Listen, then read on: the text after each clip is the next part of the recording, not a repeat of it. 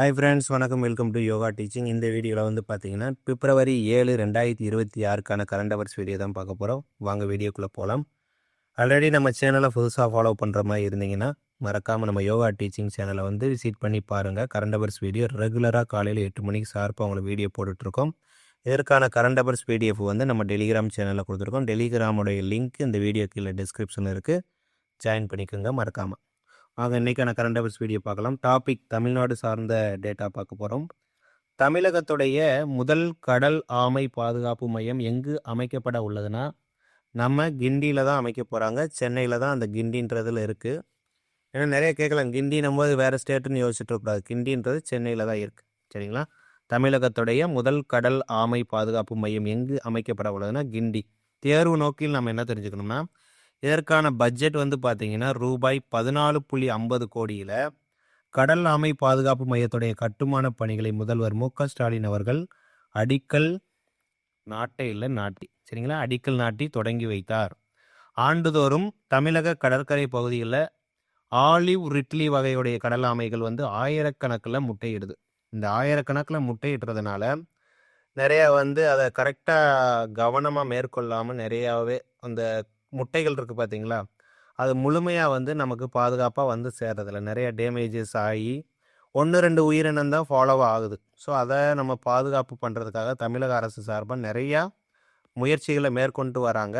கடந்த 2019-20 பார்த்தீங்கன்னா கடல் ஆமைகளுடைய முட்டை சேகரிப்பு வந்து 70,700 இருந்ததை 2024-25 தமிழக அரசுடைய முயற்சியின் காரணமாக 3.20 வரலாற்று உச்சத்தை தொட்டிருக்கு. 3.20 லட்சமாக இருந்திருக்கு. எவ்வளோ கவுண்ட்டு? 70,700லேருந்து 3.2 லட்சம் வரைக்கும் இன்க்ரீஸ் பண்ணியிருக்காங்க. இதுலேயே தெரியுது நம்ம தமிழ்நாடு கவர்மெண்ட் எவ்வளோ எஃபோர்ட் எடுத்திருக்கிறாங்க.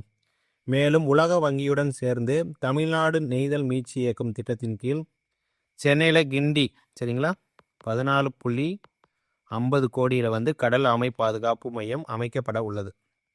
ஸோ அப்போ இந்த இதில் நீங்கள் என்ன தெரிஞ்சுக்கணும், தமிழகத்துடைய ஃபஸ்ட்டு கடல் ஆமை பாதுகாப்பு மையம் எங்கன்னா சென்னையில் கிண்டி.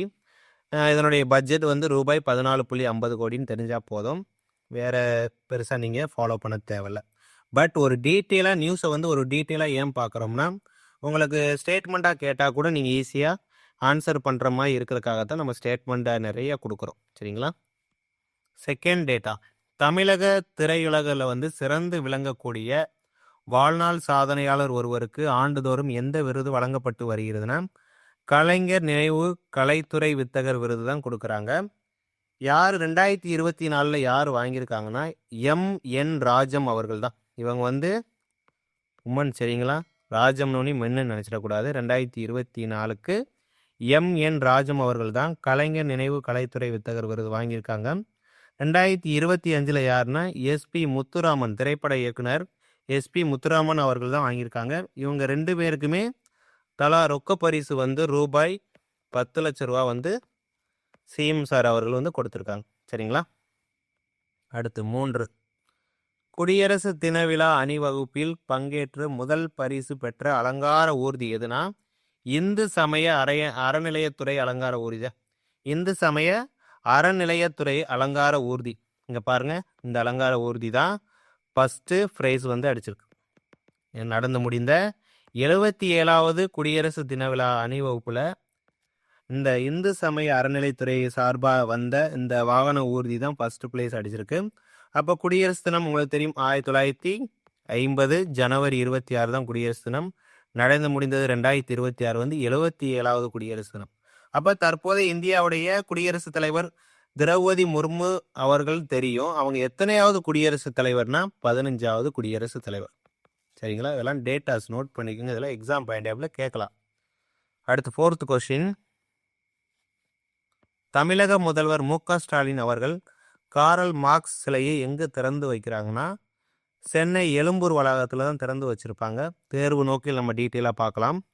இதான் பாருங்கள், காரல் மார்க்ஸுடைய சிலை சென்னை எழும்பூர் வளாகம். அதாவது சென்னையில் வந்து கன்னிமாரா நூலகம் இருக்குது. எழும்பூர் அருங்காட்சியக வளாகத்தில் அமைக்கப்பட்டுள்ள காரல் மார்க்ஸுடைய முழு உருவச்சிலையை வந்து முதல்வர் அவர்கள் திறந்து வச்சிருக்கிறாங்க. கன்னிமாரா நூலகம் எங்கே இருக்குன்னு கேட்டால் சென்னையில் இருக்குன்னு. சரிங்களா?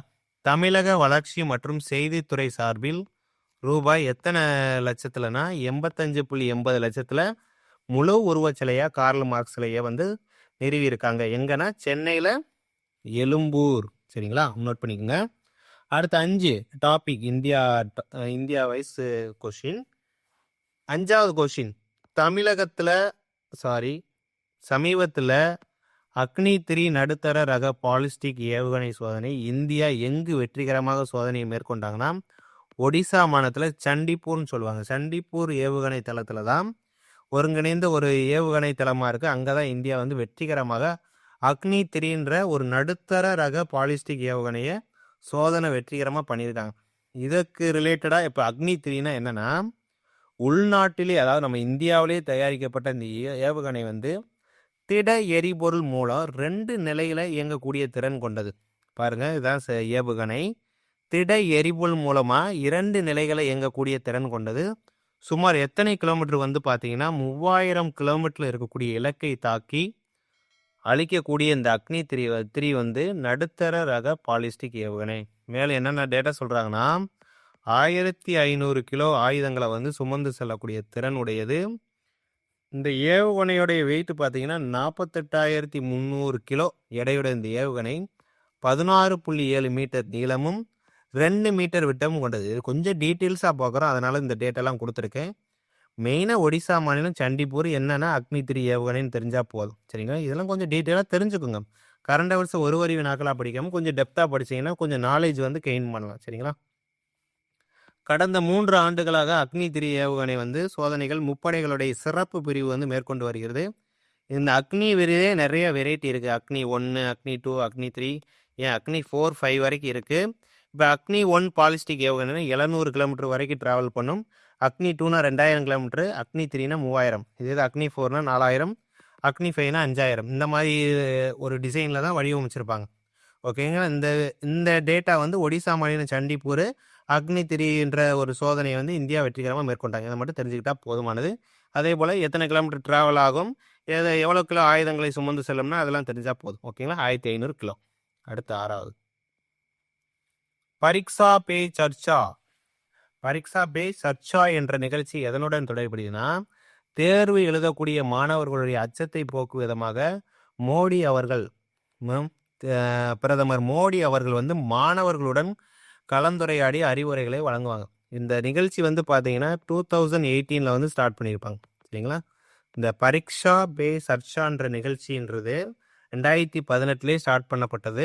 இப்போ 2026, இப்போ நடந்தது வந்து 9வது நிகழ்ச்சி. ஓகேங்களா, கிட்டத்தட்ட 9வது நிகழ்ச்சியில் வந்து பிரதமர் நரேந்திர மோடி அவர்கள் வந்து மாணவர்கள்ட்ட கலந்து எக்ஸாமுக்கு போங்க, இப்போ அச்சம் இல்லாமல் போங்கன்னு சொல்லி அந்த ப்ரோக்ராம் வந்து கண்டக்ட் பண்ணுவாங்க. சரிங்களா, அப்போ இதில் வந்து ஒரு புத்தகத்துடைய ஆசிரியர் நம்ம கொடுத்துருக்கோம், ரொம்ப ரொம்ப முக்கியம். தேர்வு வீரர்கள் என்ற புத்தகத்துடைய ஆசிரியர் வேறு யாரும் இல்லை, நம்ம பிரைம் மினிஸ்டர் தான். பிரதமர் நரேந்திர மோடி அவர்கள் எழுதிய புத்தகம் தான் தேர்வு வீரர்கள். இந்த தேர்வு வீரர்கள்ன்ற புத்தகம் எதை அடிப்படையாக பேஸ் பண்ணி எழுதப்பட்டதுன்னா தேர்வு எழுதக்கூடிய மாணவர்களின் அச்சத்தை போக்கும் விதமாக தான். சரிங்களா, நோட் பண்ணிக்கோங்க. டாபிக் விளையாட்டு சார்ந்த நியூஸு. அண்டர் 19 உலகக்கோப்பை கிரிக்கெட் போட்டியில் எந்த நாடு வந்து சாம்பியன் கோப்பை வென்றதை நம்ம இந்தியா தான் வின் பண்ணியிருப்பாங்க. இது வந்து 6வது முறையாக சாம்பியன் பட்டத்தை வென்றிருக்காங்க. இறுதி ஆட்டத்தில் வந்து பார்த்தீங்கன்னா வைபவ் சூரியவன்சி, இவர் வந்து பார்த்தீங்கன்னா 14 வயசு தாங்க, வெறும் 14 வயசு. ஆனால் என்ன ஆட்டம் ஆறாரு பார்த்தீங்களா, 175 ரன்ஸ் ஃபைனலில் அடிச்சிருக்காங்க. இறுதி ஆட்டத்தில் இந்தியா எடுத்த 411 ரன் தான் இது வரைக்கும் உலகக்கோப்பை கிரிக்கெட், அதாவது அண்டர் 19 19 வயதுக்குட்போர். சரிங்களா, இறுதி ஆட்ட வரலாற்றில் அடிக்கப்பட்ட அதிகபட்ச ஸ்கோர். ஓகேங்களா, நோட் பண்ணிக்கோங்க. எத்தனாவது டைம் சாம்பியன் ஆகிருக்கும்னா 6வது டைம். ரைட், பாருங்கள் நம்ம ஆளுங்க எவ்வளோ போஸ் கொடுக்குறாங்கன்னு. அடுத்து 8, ஆடவருக்கான 10 மீட்டர் ஏர் ரைஃபிள் பிரிவு இறுதி சுற்றில் வென்று தங்கம் என்ற வந்து ராங்ஸ் பாட்டில் அவர்கள் தான். இவங்க தான் ராங்ஸ் பாட்டி, இவர் தான் கோல்டு அடிச்சிருக்காரு, சிரிச்ச முகத்தோடு இருக்காரு பாருங்க. தேர்வு நோக்கில் பார்த்தீங்கன்னா மேலும் வந்து 10 மீட்டர் ஏர் பிஸ்டல் ஜூனியர் கலப்பு அணிகள் பிரிவில் இந்தியாவோட வன்சிகா சௌத்ரி அவர்களும் முகேஷ் நிலவலி கூட்டணி வந்து தங்கத்தை வின் பண்ணியிருக்காங்க.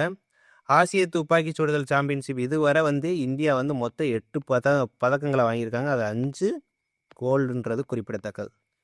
சரிங்களா, இந்த ஆடவருக்கான இந்த போட்டி வந்து எங்கே நடக்குதுன்னா புதுடெல்லியில் நடக்குது, நம்ம தேசிய தலைநகரில் புதுடெல்லியில் நடக்குது. இதை பற்றி இந்த மேட்ச்லாம் முடிஞ்சதுக்கப்புறம் டீட்டெயிலாக அதுக்கான வீடியோ கொடுக்கலாம். சரிங்களா? இப்போதைக்கு ஆடவருக்கான 10 மீட்டர் ஏர் ரைஃபிள் பிரிவில் இறுதிச் சுற்றில் தங்கம் வென்றவர் ராங்ஸ் பாட்டீல் என்பது குறிப்பிடத்தக்கது. சரிங்களா? அவ்வளோதான் ஃப்ரெண்ட்ஸ். இதற்கான பிடிஎஃப் வந்து நம்ம யோகா டீச்சிங் டெலிகிராமில் எடுத்துக்கலாம். மறக்காமல் தொடர்ச்சியாக நம்ம வீடியோ கொடுத்துட்ருக்கோம். நிறைய யூஸ்ஃபுல்லான கண்டென்ட் ஷார்ட்ஸ் வீடியோலாம் போட்டுக்கிட்டுருக்கோம். ரெகுலராக தொடர்ச்சியாக ஃபாலோ பண்ணிக்கோங்க. வரக்கூடிய குரூப் 1, 2, 4 போலீஸ் எஸ்ஐ எக்ஸாம் படிக்கக்கூடிய அனைத்து நண்பர்களும் யூஸ்ஃபுல்லாக பயன்படுத்திக்கங்க. நம்ம சேனலுக்கு சப்ஸ்கிரைப் பண்ணி சப்போர்ட் பண்ணுங்கள். Thank you so much. அடுத்த வீடியோவில் சந்திக்கலாம். நன்றி, வணக்கம்.